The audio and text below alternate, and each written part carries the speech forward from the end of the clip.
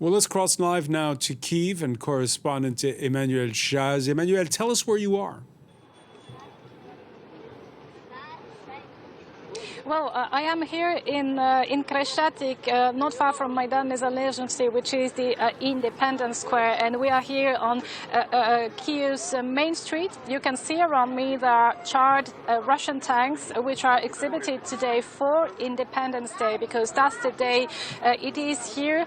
It is not a day for celebration. There's a lot of people around me who came here to see those charred tanks, because this is a reminder of why the Ukrainian army is fighting and of what they are doing to defend the independence of the country. But it's still not a day where people will be extremely joyful, because it's also the day that marks to the day the 18th month, 1 year and a half of Russia's attempt to fully invade Ukraine. So people who are here are looking around at those war tokens, if you will, but there has been no big commemoration on Maidan where I am. There's been earlier on a ceremony with Volodymyr Zelensky, but it wasn't open to a vast public. So it's day of remembrance of all the soldiers who are dying on the front line, as much as it is the day of remembrance of the anniversary of the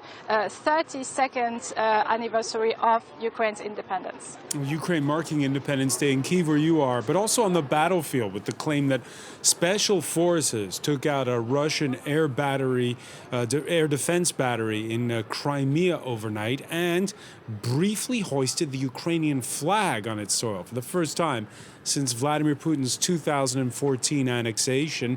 Emmanuelle, we can show images that have been put out by Ukrainian authorities there, hoisting that flag. Yes, this is highly symbolic and, of course, welcome by Ukrainians. Here, an operation that was a commander operation. It happened in the early hours of the day, according to Ukraine's special forces. So this is an incursion on the northwestern tip of Crimea in a village where there's a Russian radar base. There's also Russian radio, which might have been damaged during this operation. We haven't gotten much more details for security reasons, says the government, which also says that all the members of that commando came back alive and well from the mission. And according again to Ukrainian sources, there has been damages on Russian positions, and also on there has been human losses on the Russian side. Emmanuelle Chaze reporting live from Kyiv. Many thanks for that update.